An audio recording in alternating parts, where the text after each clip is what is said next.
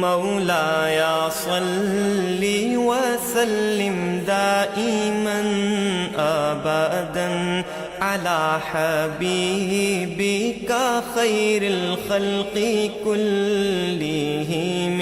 سامعین کرام، آج کا موضوع خیر خواہی۔ خیر خواہی کا میں نے آپ کو گزشتہ نشست میں تھوڑا سا بتایا تھا کہ خیر خواہی جو ہے وہ اصل دین ہے۔ الدین النصیحہ۔ حضور صلی اللہ علیہ وسلم سے پھر پوچھا گیا کہ کس کے لیے خیر خواہی؟ اللہ کے لیے، رسول کے لیے، عامۃ المسلمین کے لیے خیر خواہی۔ اور خیر خواہی میں آپ کو بتا رہا تھا کہ اللہ تعالیٰ نے اس مخلوق کو خیر کے ارادے سے پیدا کیا ہے، شر کے ارادے سے پیدا نہیں کیا۔ اللہ تعالیٰ نے روح انسانی کو اگر زندگی دی ہے اور جسم دیا ہے تو اس میں مقصد خیر خواہی ہے، انسان کی خیر خواہی، اور یہ ایک بہت بڑی خیر سے اللہ تعالیٰ انسان کو نوازنا چاہتا ہے۔ یہ بات اچھے طریقے سے نوٹ کر لیں۔ اصل میں ہمیں اس خیر خواہی کا پتہ ہی نہیں ہے، تو ہم جھوٹی خیر خواہیوں کے، جھوٹی خیر یعنی دنیا کے پیچھے اس کو خیر سمجھ لیتے ہیں اور اس کے پیچھے کتوں کی طرح دوڑنے لگتے ہیں۔ یہ بات بہت زیادہ غلط فہمی پر مبتلا ہے۔ دنیا خیر نہیں، اللہ تعالیٰ کی اگر یاد نہ ہو، یہ بات نوٹ کر لیں، تو دنیا خیر نہیں ہے، دنیا شر ہے۔ اللہ کو بھول کے اگر آپ زندگی گزاریں گے اور دنیاوی خواہشات کو اپنا مطمح نظر بنا لیں گے تو یہ دنیا آپ کے لیے خیر نہیں بلکہ ایک بہت بڑے شر کا پیش خیمہ ہوگی۔ یہ بات نوٹ کر لیں۔ تو بہرحال انسان کو اللہ تعالیٰ نے خیر خواہی کے ارادے سے پیدا کیا ہے۔ اللہ تعالیٰ اسے ایک بہت بڑی خیر سے نوازنا چاہتا ہے۔ اس کا تقاضا یہ ہے کہ ہم خیر خواہی کو سمجھیں، اپنی خیر، اپنے فائدے کو سمجھیں۔ ہمارا فائدہ جو ہے، ہمیں ایک بہت بڑا فائدہ اللہ تعالیٰ دینا چاہتا ہے۔ اس کے لیے ضرورت یہ ہے کہ ہم اس کو اس فائدے کے پہچانیں، نمبر ایک۔ اور وہ فائدہ کیا ہے؟ ملاقات رب، سبحان اللہ۔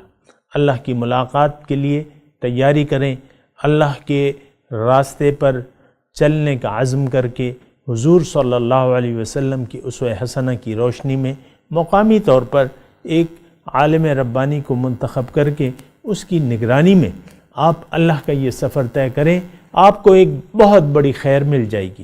اگر آپ کو یہ خیر کا راستے کا علم ہو جاتا ہے اور خیر کے راستے کا پتہ ہو جاتا ہے، اب آپ پر لازم ہے کہ آپ خیر کی طرف لوگوں کو دعوت دیں گے۔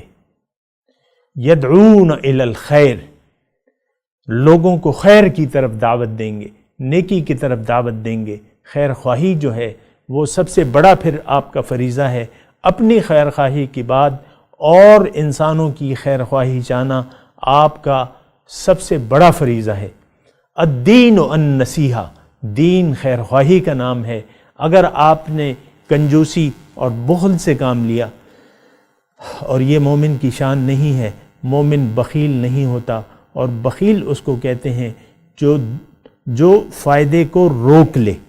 نہیں، آپ نے خود بھی خیر سے مستفیض ہونا ہے، خود بھی اپنے آپ کو خیر کا مستحق قرار دینا ہے اپنے اعمال سے، اور پھر اور لوگوں کو بھی خیر کی طرف دعوت دینی ہے۔ اگر آپ نے ایسا کر لیا تو آپ نے کامل دین کو اپنا لیا۔ آپ اللہ کے بارے میں خیر چاہتے ہیں، یعنی اللہ کی بندگی کرنا چاہتے ہیں، رسول کی اطاعت کرنا چاہتے ہیں۔ رسول کی خیر خواہی کیا ہے کہ آپ رسول کے راستے پر چلیں، اللہ کو منزل بنا کے رسول کے راستے پر چلیں، اور پھر خود بھی اس پر چلیں بلکہ عامۃ المسلمین کو بھی اس کی طرف دعوت دیں۔ یہ بات اچھے طریقے سے نوٹ کر لیں۔ اللہ تعالیٰ کی توفیق سے میں آپ کو بتا رہا ہوں۔ وآخر دعوانا ان الحمد للہ رب العالمین۔